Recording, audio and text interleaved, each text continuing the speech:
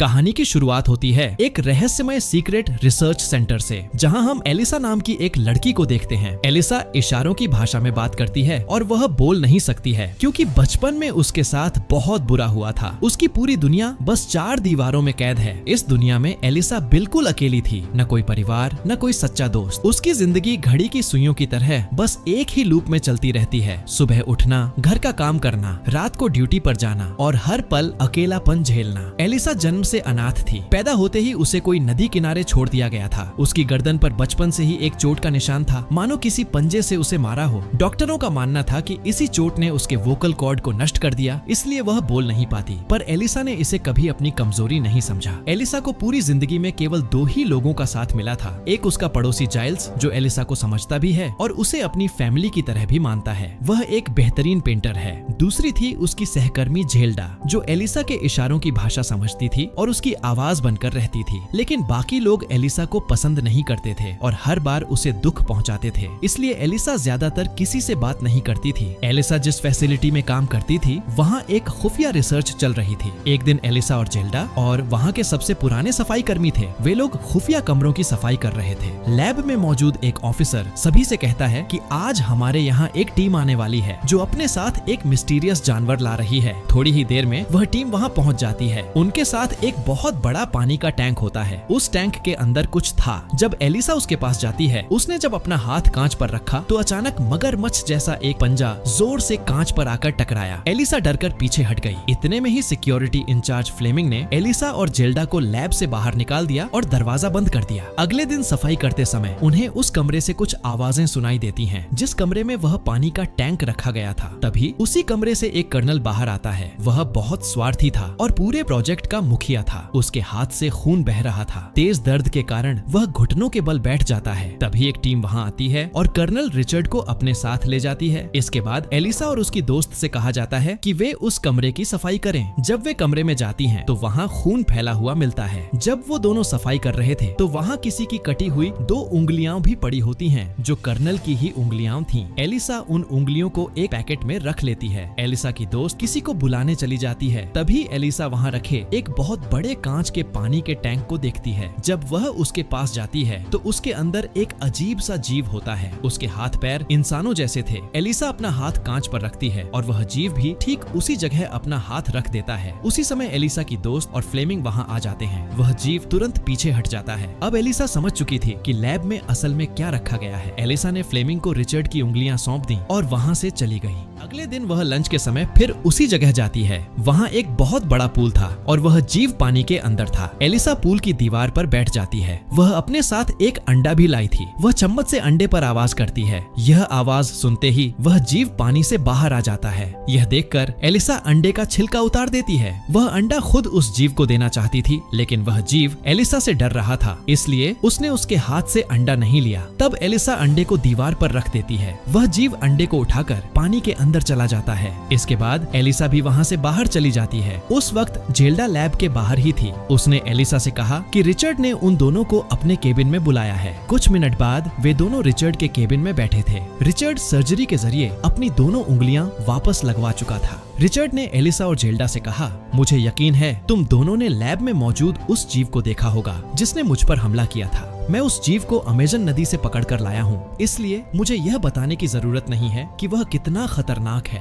भले ही वह जीव इंसानों की तरह दिखता है, लेकिन तुम दोनों उसे इंसान समझने की गलती मत करना और लैब की सफाई करते वक्त उससे हमेशा दूरी बनाए रखना। लेकिन एलिसा उसकी बातों पर ध्यान नहीं देती और एलिसा को उस जीव से हमदर्दी होने लगी थी। वह फिर से लंच के समय वहाँ जाती है और उस जीव के लिए अंडे लेकर आ गई। इस बार वह अपने साथ एक म्यूजिक प्लेयर भी लाई थी। वह म्यूजिक चलाती है और फिर से अंडा दीवार पर रख देती है। इसके बाद वह अपना खाना भी आराम से खाने लगती है। थोड़ी देर बाद वह जीव पानी से बाहर आ जाता है। वह जीव म्यूजिक सुनने लगता है। वह अंडा भी खा लेता है जो एलिसा ने उसके लिए रखा था। अब उसे एलिसा का साथ अच्छा लगने लगा था। एलिसा हर रोज उसके लिए अंडे लेकर आती और उस जीव की पसंद के मुताबिक उसे हर दिन अलग अलग तरह का म्यूजिक सुनाती। धीरे धीरे दोनों इशारों की भाषा में बात करने लगते हैं। समय के साथ यह सिलसिला बढ़ता जाता है और धीरे धीरे वे दोनों एक दूसरे के करीब आने लगे थे। एलिसा को इस दोस्ती से बहुत खुशी मिलती है क्योंकि वह इस दुनिया में बिल्कुल अकेली थी। इस दुनिया में उसके पास सिर्फ दो लोग थे, एक उसका पड़ोसी जाइल्स और दूसरी उसकी दोस्त। अब उसे खुशी थी कि उसे तीसरा दोस्त भी मिल गया है। एलिसा को इस बात से कोई फर्क नहीं पड़ता कि उसका तीसरा दोस्त डरावना है और एक अलग जीव है। उसे अपना दोस्त पाकर बहुत खुशी होती है। वह हर दिन लंच के समय उसके पास जाती और उसके साथ समय बिताती थी। दोनों एक दूसरे से इशारों में बात करते थे। इसी दौरान एक दिन फैसिलिटी के चीफ, जिसका नाम रॉबर्ट है, जो एक साइंटिस्ट और एक डॉक्टर भी होता है, रॉबर्ट ने एलिसा को उस जीव के साथ देख लिया। अब तक रिचर्ड और बाकी वैज्ञानिक उस जीव को केवल एक मूर्ख जानवर ही समझ रहे थे, लेकिन एलिसा और उस जीव को एक दूसरे से इशारों में बात करते देख रॉबर्ट समझ गया कि यह जीव काफी इंटेलिजेंट है। वे एलिसा को यह नहीं बताते कि उन्होंने सब कुछ देख लिया है और सब जान गए हैं। वे वैज्ञानिक भी थे और अमेरिका के लिए इस जीव पर रिसर्च कर रहे थे। रॉबर्ट ने इस बारे में रिचर्ड को भी कुछ नहीं बताया। अगली सुबह वह एक सुनसान जगह पर किसी से मिलने पहुंचा। कुछ समय बाद एक कार वहां आकर रुकी। कार में मौजूद आदमी ने रॉबर्ट से एक पासवर्ड मांगा और पासवर्ड मैच होने पर उसे एक रेस्टोरेंट के किचन में ले जाया गया, जहां रॉबर्ट की मुलाकात दो रूसी आदमियों से हुई। तभी उन्होंने रॉबर्ट को दिमित्री कहकर पुकारा, जो एक रूसी नाम था। असल में रॉबर्ट एक रूसी जासूस था जो कई सालों से नाम बदलकर अमेरिकियों की जासूसी कर रहा था। उस समय दोनों देशों के बीच कोल्ड वॉर चल रही थी, इसलिए दोनों देश एक दूसरे की राजनीतिक और वैज्ञानिक गतिविधियों पर नजर रखते थे। वे दोनों रूसी आदमी रॉबर्ट के साथी थे, जिन्हें वह उस जीव की जानकारी देने आया था। रॉबर्ट ने उन्हें उस जीव के बारे में अब तक मिली सारी जानकारी दी और बताया कि वह जीव इशारों की भाषा और संगीत को समझ सकता है। रॉबर्ट को यकीन था कि वह जीव बेहद इंटेलिजेंट है और अगर ऐसा हुआ तो अमेरिका के हाथ एक ताकतवर हथियार लग जाएगा। इसीलिए रॉबर्ट ने अपने साथियों से कहा कि वे जल्द से जल्द उस जीव को चुराकर अपने देश ले जाएं। यह कहकर वह वहां से निकल गया। अगले दिन एलिसा फिर उस जीव को देखने जाती है। वहां वह देखती है कि उस जीव को बेरहमी से जंजीरों में बांध दिया गया है। यह देखकर एलिसा को उस पर बहुत दया आती है, क्योंकि उसके शरीर से खून बह रहा होता है। तभी उसे लगता है कि कोई आ रहा है, इसीलिए वह जल्दी से छिप जाती है। वहां कर्नल आता है। वह उस जीव से बहुत नफरत करता था। उसके हाथ में एक बिजली वाला लोहे का डंडा होता है और वह उस जीव को जोर का बिजली का झटका देता है। इसके बाद वहां जनरल भी आ जाता है। जनरल कहता है कि मुझे उम्मीद थी कि यह छोटा होगा, लेकिन यह तो बहुत बड़ा है। कर्नल उसे बताता है कि अमेजन के लोग इसे अपना भगवान मानते हैं। वे इसके लिए पानी में फल, फूल और कई चीजें चढ़ाते हैं। कर्नल कहता है कि अगर हमें इस जीव के बारे में जानना है तो हमें इसे मारना पड़ेगा, क्योंकि इसके मरने के बाद ही इस पर रिसर्च की जा सकती है। उसका शरीर ऐसा है कि बिना काटे हम कुछ नहीं कर सकते। तभी डॉक्टर देखता है कि यह क्रिएचर एक नहीं बल्कि 3 जगह से सांस लेता है। वह कहता है कि हमें इसे मारना नहीं चाहिए, बल्कि इसके ऊपर रिसर्च करनी चाहिए कि आखिर कोई जानवर 3 जगह से सांस कैसे ले सकता है। इस दौरान हम देखते हैं कि क्रिएचर अब काफी ज्यादा कमजोर हो चुका था, इसलिए डॉक्टर कहता है कि हमें इसे जल्दी से पानी में डाल देना चाहिए, वरना इसकी मौत हो सकती है। वे इसे तुरंत पानी में डाल देते हैं। डॉक्टर फिर से कहता है कि अगर इसे मार दिया गया तो हम इसके ऊपर पूरी तरह से रिसर्च नहीं कर पाएंगे। इस पर जनरल गुस्से में कहता है कि मुझे मत सिखाओ कि मुझे क्या करना है। आखिर तुम हो कौन? सिर्फ एक मामूली डॉक्टर। मैंने जो कहा वही करो। डॉक्टर बहुत दुखी हो जाते हैं, क्योंकि वे इस बोल न सकने वाले जीव को मारना नहीं चाहते थे।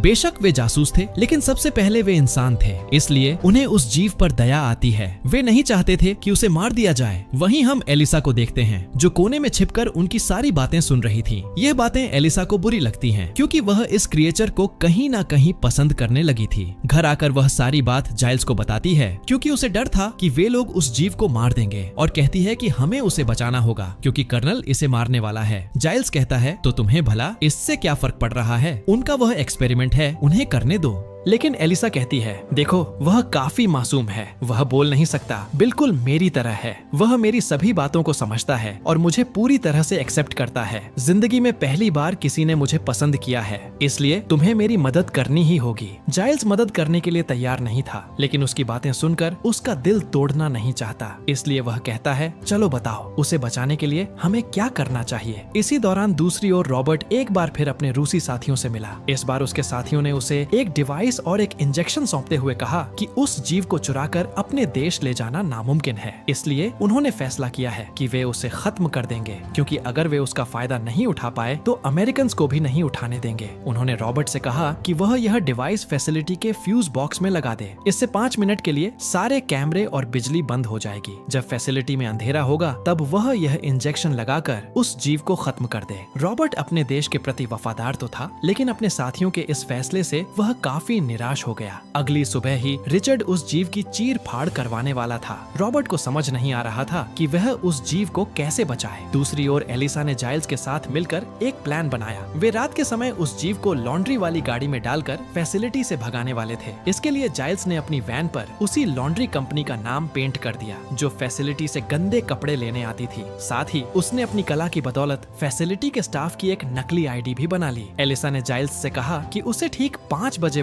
वैन लेकर फैसिलिटी के लोडिंग डॉक पर पहुंचना होगा। एलिसा ने यह समय इसलिए चुना था क्योंकि 5 बजे ही स्टाफ की शिफ्ट बदलती थी। इसी पूरी प्लानिंग के साथ एलिसा ड्यूटी पर आ गई। उसने सुबह होने का इंतजार किया और 5 बजने से ठीक पहले चोरी छिपे लैब में घुस आई। सबसे पहले एलिसा ने बड़ी चालाकी से लैब में लगे कैमरे को ऊपर की ओर घुमा दिया ताकि कोई उसे देख न पाए। इसके बाद वह उस जीव को जंजीरों से आजाद कराने की कोशिश करने लगी। तभी अचानक रॉबर्ट वहां आ गया। दरअसल रॉबर्ट के पास कोई और रास्ता नहीं बचा था, इसलिए वह उस जीव को मारकर उसे दर्द से मुक्ति देने आया था। लेकिन एलिसा को उस जीव को भगाते देख रॉबर्ट ने भी उसका साथ देने का फैसला कर लिया और उसने एलिसा को बेड़ियों की चाबी दे दी। इसी दौरान दूसरी ओर सफाई कर्मचारियों की शिफ्ट भी बदल रही थी। सभी अपना कार्ड पंच करके घर के लिए निकल चुके थे, लेकिन जेल्डा ने देखा कि एलिसा का कार्ड अब भी फैसिलिटी में ही है। जेल्डा समझ गई कि एलिसा कुछ तो गलत कर रही है। उसने एलिसा का कार्ड अपने पास रख लिया और फैसिलिटी में उसे ढूंढने लगी। तब तक एलिसा और रॉबर्ट उस जीव को आजाद कर चुके थे और उसे कपड़े रखने वाले कार्ट में भरकर कपड़ों के बीच छिपा दिया था। साथ ही रॉबर्ट ने एलिसा को एक बॉक्स देते हुए कहा कि उसे इस चीज को हर 3 दिन में उस जीव के पानी में मिलाते रहना होगा। यह चीज उस जीव को जरूरी पोषक तत्व देगी। इसके बाद रॉबर्ट ने आगे कहा, अगले 5 मिनट में मैं यहाँ की बिजली काटने वाला हूँ। उस बीच तुम किसी भी तरह इसे यहाँ से ले जाना। उम्मीद करता हूँ कि तुमने इसके लिए पहले से कोई प्लानिंग की होगी। ये कहकर रॉबर्ट वहाँ से निकल गए। दूसरी ओर प्लान के मुताबिक जाइल्स भी अपनी लॉन्ड्री वैन लेकर फैसिलिटी तक पहुँच चुका था, लेकिन एंटर करने से पहले ही एक गार्ड ने उसे रोक लिया।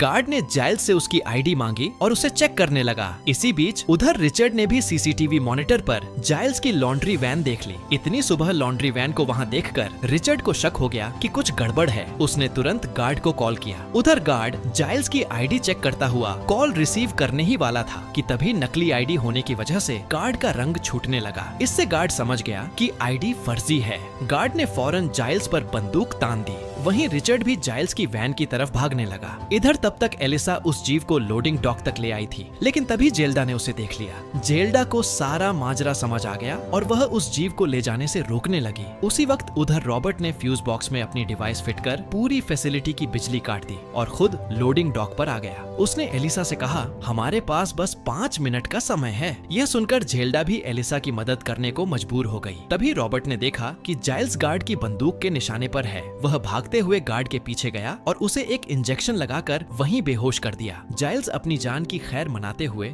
फौरन लोडिंग डॉक पर पहुंच गया। एलिसा ने उस जीव को तुरंत वैन में बैठाया और जाइल्स के साथ वहां से फरार हो गई। रॉबर्ट भी जल्दी से जेल्डा को लेकर वहां से निकल गया। इस तरह एलिसा बड़ी चालाकी से उस जीव को चुराने में कामयाब हो जाती है और रिचर्ड को बिल्कुल भी भनक नहीं लगती कि इस चोरी के पीछे एलिसा है और रॉबर्ट भी उनके साथ शामिल है। उसे यही लगता है कि इसमें किसी बड़े गिरोह का हाथ है। उधर एलिसा उस जीव को अपने अपार्टमेंट में ले आती है। वह जीव ज्यादा समय तक पानी से बाहर नहीं रह सकता था, इसीलिए एलिसा ने तुरंत उसे पानी से भरे अपने बाथटब में लिटा दिया और उसमें रॉबर्ट द्वारा दिया गया वह पोषक तत्व मिला दिया। उधर दूसरी ओर जब जनरल को उस जीव के चोरी होने की खबर मिली तो उसने रिचर्ड से कहा कि अगर उसने उस जीव को जल्द से जल्द वापस नहीं लाया तो उसे नौकरी से हाथ धोना पड़ेगा। यह सुनकर रिचर्ड पूरी जी जान से उस जीव को ढूंढने में लग गया। अगली सुबह एलिसा एक बड़ी नहर के पास आई। उस नहर का पानी सीधे समंदर में जाकर मिलता था। एलिसा अब उस जीव को पानी में आजाद करना चाहती थी, लेकिन उस वक्त नहर में पानी कम था। नहर में जब पानी 30 फीट तक भर जाता था तभी वह समंदर से मिलता था, और ऐसा केवल अक्टूबर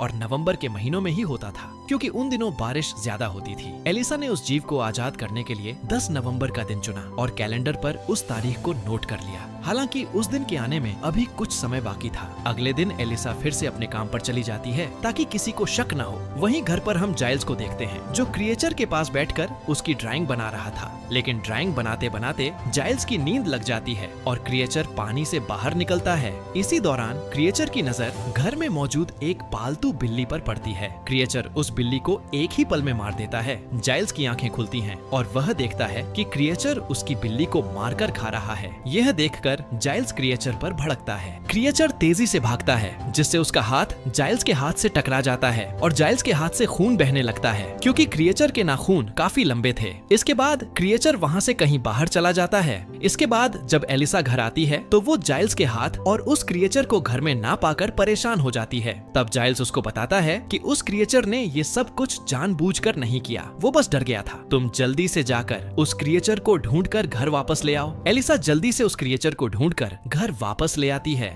घर पर आने के बाद उस क्रिएचर को अपनी गलतियों का एहसास होता है और इस बार वो जाइल्स की बाकी पालतू बिल्लियों के साथ में अच्छा व्यवहार करता है। उस क्रिएचर को अपनी गलतियों का एहसास होता है, इसलिए वो जाइल्स के पास जाकर उसको इशारों में अपने सर पर हाथ रखने के लिए कहता है। जाइल्स भी ऐसा ही करते हैं और वो क्रिएचर भी अपना हाथ जाइल्स के सर पर रखता है, जहाँ पर उस क्रिएचर की बॉडी में से एक अजीब सी लाइट नजर आती है। इसके बाद अगली सुबह जब जाइल्स सोकर उठता है तो वो देखता है कि उसके हाथ की चोट बिल्कुल गायब हो गई है और साथ ही साथ में जाइल्स के सिर पर अब नए बाल भी उग आए थे, जिससे कि जाइल्स बहुत ही ज्यादा खुश होता है, यानी कि उस क्रिएचर के अंदर वाकई में ही शक्तियां थीं और इसीलिए अमेज़न के लोग उसको अपना गॉड माना करते थे। अब धीरे धीरे वह जीव इंसानी भावनाओं को भी समझने लगा था। उसे एलिसा से प्यार हो गया था और एलिसा भी उसे चाहने लगी थी। उनका मिलन सिर्फ मन तक सीमित नहीं रहा, बल्कि शारीरिक रूप से भी उनका संबंध जुड़ चुका था। एलिसा को तो जैसे उस जीव के रूप में एक जीवन साथी मिल गया था और दोनों एक दूसरे के साथ रोमांस करने लगते हैं।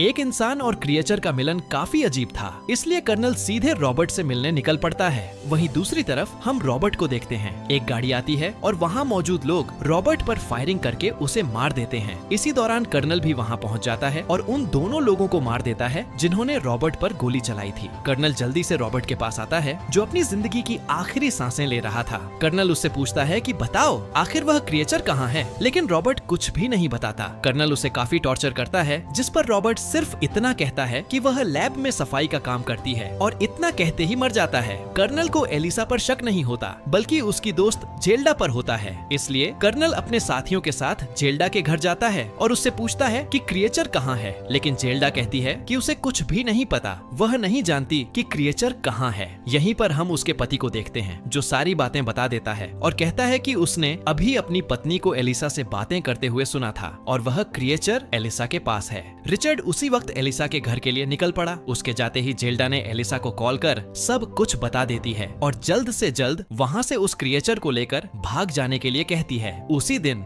10 तारीख भी होती है और बाहर बहुत तेज बारिश हो रही होती है। यह वही दिन होता है जिस दिन एलिसा को उस क्रिएचर को रिवर में छोड़ना था। एलिसा बहुत ही ज्यादा दुखी मन से उस क्रिएचर को लेकर निकल जाती है, क्योंकि अब वो उस क्रिएचर को खुद से दूर नहीं करना चाहती थी। कर्नल जब एलिसा के घर पहुंचता है तो उसे वहां पर कोई भी नहीं मिलता, जिससे कर्नल और भी ज्यादा गुस्से में आ जाता है। लेकिन जाने से पहले कर्नल की नजर उसी कैलेंडर पर पड़ती है जिस पर एलिसा ने 10 तारीख पर एक नोट लिखा हुआ था कि वो 10 तारीख को उस क्रिएचर को पास वाले रिवर में छोड़ आएगी। दूसरी तरफ हम एलिसा, जाइल्स और क्रिएचर को देखते हैं जो नदी के पास पहुंच गए थे। एलिसा काफी उदास थी, क्योंकि वह अब अपने प्यार को अलविदा कह रही थी और आज के बाद यह दोनों जिंदगी में फिर कभी नहीं मिलेंगे। क्रिएचर भी एलिसा को छोड़कर जाना नहीं चाहता था, लेकिन वह पानी के बिना जीवित नहीं रह सकता था। तभी उसी जगह पर कर्नल रिचर्ड आ जाता है, जो आते ही सबसे पहले जाइल्स को बेहोश कर देता है और फिर वो उस क्रिएचर के साथ साथ एलिसा को भी गोली मार देता है, जिससे वो दोनों वहीं जमीन पर गिर जाते हैं। लेकिन तभी वो क्रिएचर फिर से उठ जाता है। कर्नल अपनी गन फिर से रिलोड करने की कोशिश करता है, मगर उससे पहले क्रिएचर उसके पास आकर उसकी गर्दन पर अटैक कर देता है और उसे मार देता है। फिर वह जीव एलिसा को उठाता है और उसे समुद्र की गहराइयों में ले जाता है। तभी वह जीव एलिसा के करीब आया और उसकी गर्दन के दोनों ओर उभरे निशानों पर अपना हाथ रख दिया। वह एलिसा को किस कर ही रहा था कि अगले ही पल एलिसा जाग उठी। उसकी गर्दन के निशान मछली की तरह गलफड़ों में बदल गए। एलिसा अब उन गलफड़ों की मदद से पानी में सांस ले पा रही थी। असल में यह क्रिएचर काफी शक्तिशाली था और उसके पास अजीबोगरीब पावर थी। खैर, अब दोनों को एक दूसरे का साथ मिल चुका था। एलिसा को पानी में जीने की एक नई जिंदगी मिल गई थी। दोनों एक दूसरे को बाहों में भरते हैं और समंदर की गहराइयों में हमेशा के लिए खो जाते हैं। इस खूबसूरत और अनोखे मिलन के साथ यह मूवी खत्म होती है। दोस्तों, उम्मीद है कि आपको यह रोमांचक कहानी पसंद आई होगी। अगर कहानी अच्छी लगी हो तो वीडियो को लाइक करना और चैनल को सब्सक्राइब करना बिल्कुल न भूलें, क्योंकि यहाँ आपको ऐसी ही अमेजिंग और यूनिक कहानियां देखने को मिलती रहेंगी। अब कमेंट करके जरूर बताइए, क्या एक लड़की का एक खतरनाक क्रिएचर से प्यार करना सही था या गलत?